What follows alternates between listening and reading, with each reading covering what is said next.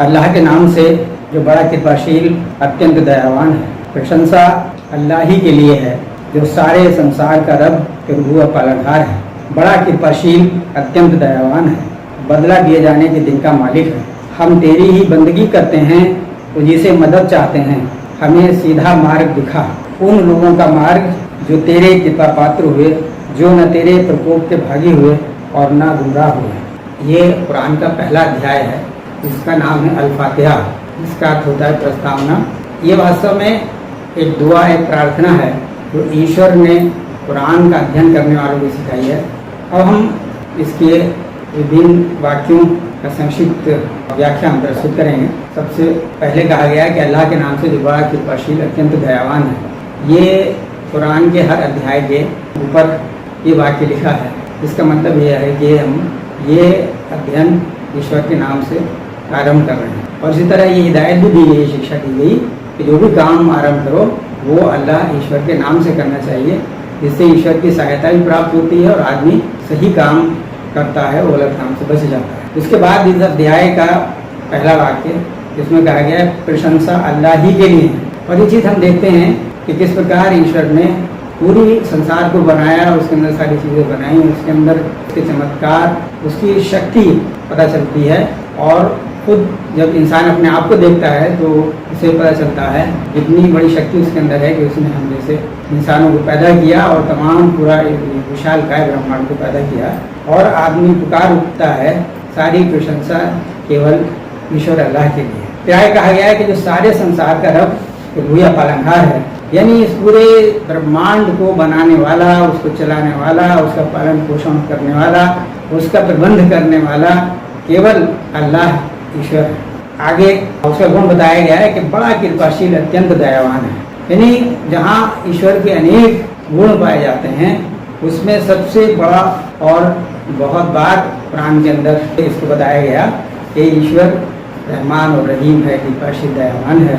ये कृपाशीलता उसकी सारे इंसानों के लिए जो भी उसकी रचना है उसके लिए पाई जाती है। ये उन लोगों के लिए भी है जो उसको मानते हैं और उन लोगों के लिए भी है जो उसको नहीं मानते हैं। और उसका एक छोटा सा उदाहरण आप इससे ले सकते हैं कि एक माँ अपने बच्चे के लिए जो प्यार और स्नेह रखती है, वो उस दया जो अल्लाह ताला ने प्रदान की है उसकी एक बहुत हल्की सी झलक है। आगे कहा गया है कि बदला दिए जाने का मालिक है, यानी ईश्वर जो है वो डे ऑफ जजमेंट का मालिक है, जिस दिन सारे लोगों को, अगले पिछले को इकट्ठा किया जाएगा और उनके कर्मों का हिसाब होगा। और उसके आधार पर जिन लोगों ने अच्छे काम किए हैं उनको उसका इनाम दिया जाएगा। जो दुष्ट रहे हैं, अत्याचारी रहे हैं, उन्होंने अवज्ञा की है, उनको दंड दिया जाएगा। वो इंसाफ बेलाग होगा और उसमें किसी को हस्तक्षेप करने का अधिकार नहीं होगा। ये चीज़ हमारे विश्वास के अंदर रहनी चाहिए कि दुनिया में जो कुछ हम कर रहे हैं उसका एक दिन हिसाब किताब होगा। यही विश्वास जो है इंसान को एक जवाबदेह हस्ती बनाकर रखता है।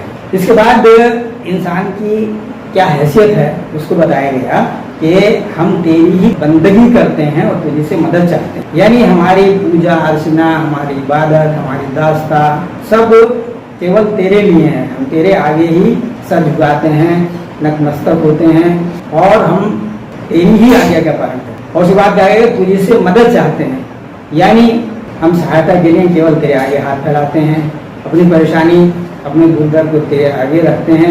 हम जानते हैं कि तू सर्वशक्तिमान है और तू ही हमारी सहायता कर सकता है। अब असल बात आती है जिसको कहा गया हमें सीधा मार्ग दिखा।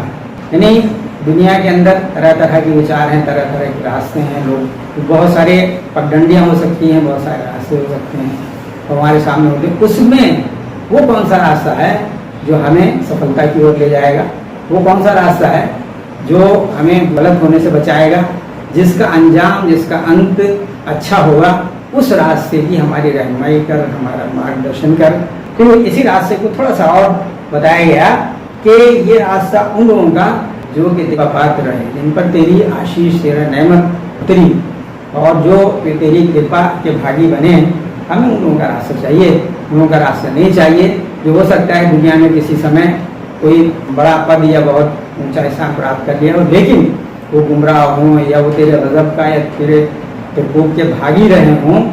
ऐसे लोगों का हमें रास्ता नहीं चाहिए। ये है विनती जो इंसान को सिखाई है। और इसी के जवाब में शेष कुरान की 113 अध्याय हैं, जिनमें इंसान के जीवन के हर अंग के लिए मार्गदर्शन है, उसके लिए शिक्षाएं हैं, और उसके लिए नियम कानून दिए गए हैं। और फिर इन नियम कानून को हज़रत मोहम्मद उन्होंने खुद चलकर और दिखाकर उसकी व्याख्या कर दी है। वो हमारे लिए एक आदर्श हैं, हमारे लिए रोल मॉडल हैं।